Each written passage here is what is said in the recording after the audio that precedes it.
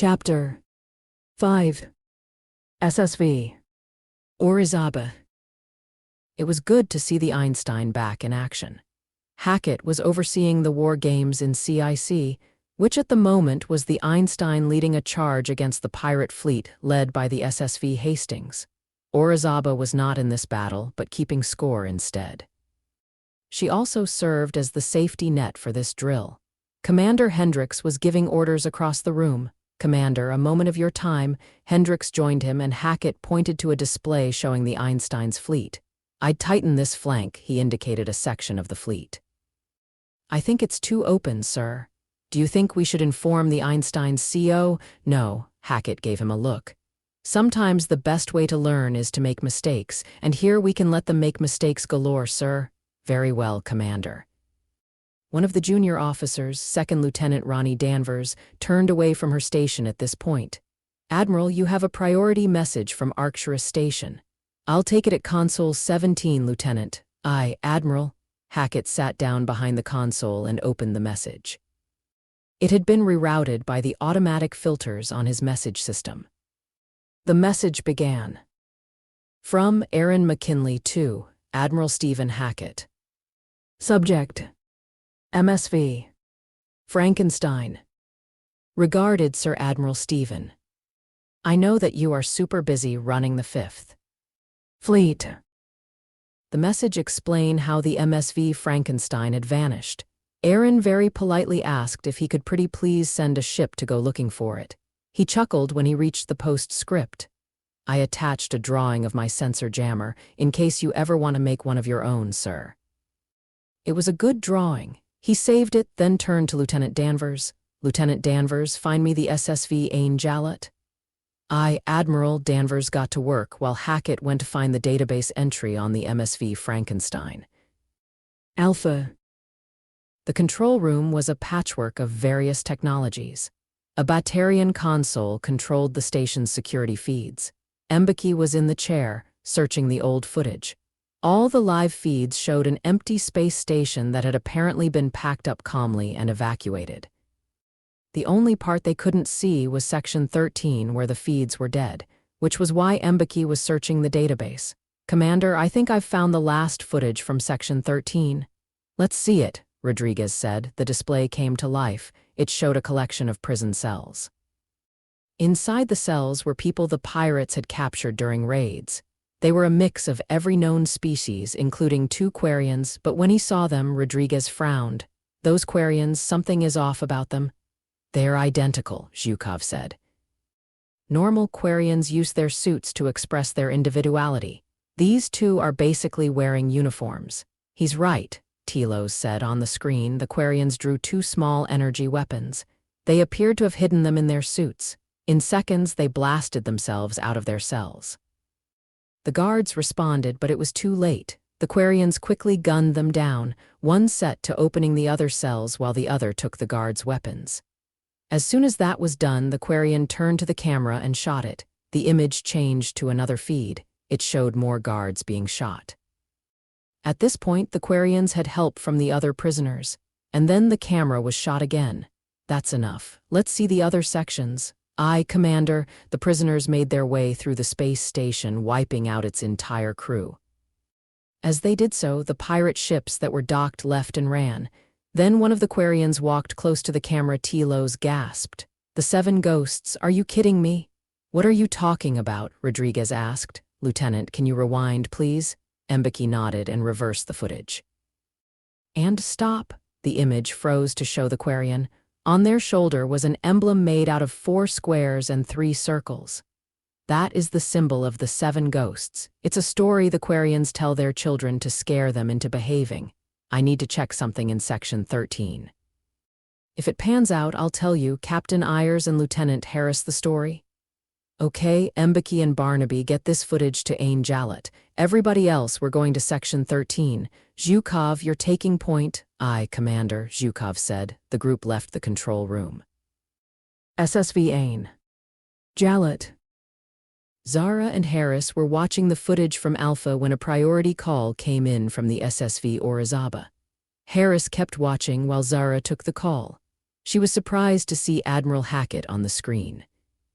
"Captain Ayers, I need the Ain Jalut to run a search and rescue mission for the MSV Frankenstein." Zara remembered the last time they had been sent to look for a missing freighter. They had ended up fighting 2 collector cruiser and barely survived. "Aye, sir."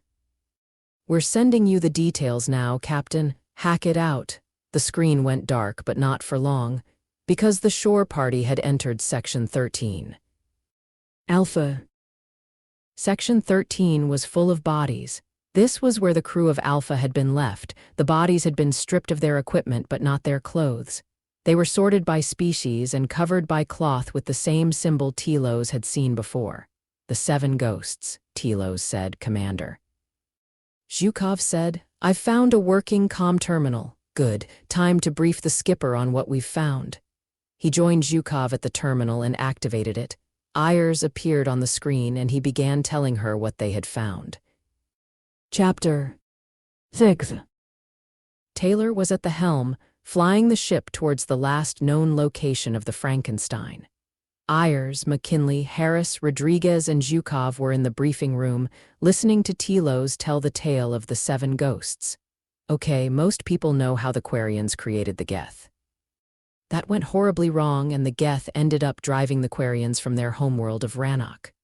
Right, Harris said. Quarian History 101, exactly. But what barely anybody outside the migrant fleet knows is that the fleet's first trip through a mass relay was far from smooth. They lost 7 ships on day 1. The story is that they jumped to the wrong system. So what did the migrant fleet do? McKinley asked. They send groups of ships to find them, but the ships had just become ghosts. No matter how hard they looked, the Quarians never found even the faintest trail of the missing ships. Over 300 years, they became a horror story to tell kids. Are the Quarians still looking for them? Ayers asked. No, they stopped 50 years ago. Behave, or the 7 ghosts will snatch you up in the middle of the night. That's all they tell their youngsters these days. Maybe there's a grain of truth to that, Zhukov said, getting him looks from the others, but the chief continued. As I understand it, when a Quarian becomes an adult, they have to go on pilgrimage. You leave the ship where you were born and you travel the galaxy to find something valuable for the fleet. Then you pick a new ship to live on and you gift what you found to its captain. To prove that you'll be an asset and not a drain on resources, but not everybody who goes comes back. Accidents happen, Telos said, and some get into trouble. But the 7 ghosts would need fresh blood to prevent inbreeding, to keep the gene pool from becoming too shallow. So maybe they grab some Quarians on pilgrimage? How does Alpha fit in? Ayers asked. I'm thinking the ghosts send out scout ships, Rodriguez said, to find people and resources, but one gets snatched up by the Purple Tango pirates and they see an opportunity. After all, the pirates can't go the Citadel and complain about how they got robbed by the people they kidnapped. So they escape and strip Alpha for resources and supplies, Telos said. But that station was huge. There's no way all those supplies could fit in a scout. You'd need a dreadnought to do that. Which explains why all the pirates ran, McKinley said. So we have a theory, but how do we prove it? Telos said, while the Ain Jalut crew wondered about that. Events across the galaxy were about to proof it for them. The Citadel. Commander Bailey of CSEC had been called to traffic control. This had better be important. It is, sir, one of the traffic controller, a female Turian, said. We have an unknown dreadnought on approach to the Citadel, sir. It's almost the same size as the Destiny Ascension. At current speed, it'll be her in 5 minutes. Destiny Ascension was the flagship of the fleet defending the Citadel, and it was massive. But as Bailey studied the display, he agreed that the newcomer was almost as big, warn the fleet and ready the defenses. Yes, Commander. As the orders went out and the Citadel got ready, nobody noticed the tiny ship that dropped out of FTL practically on top of the station. Barely the size of a shuttle, it only had a crew of 2. The rear section only had room for 4 passengers. This was Scout Ship 7. Lieutenant Allows, who was her CO and pilot, calmly asked for permission to dock using CSEC clearance codes. Once it was granted, he found Scout Ship 7 a place to land. His sole crew member, Ensign Takara, remained with the ship while he went to find Aaron and Olaf McKinley. Omega. A few borders and thousands of light-years away, another dreadnought was approaching Omega. Not impressed by the massive vessel, the locals kept doing their thing and ignored it, which was fine with the people about the ship. They approached the space station as close as they could. Then they powered up an energy beam.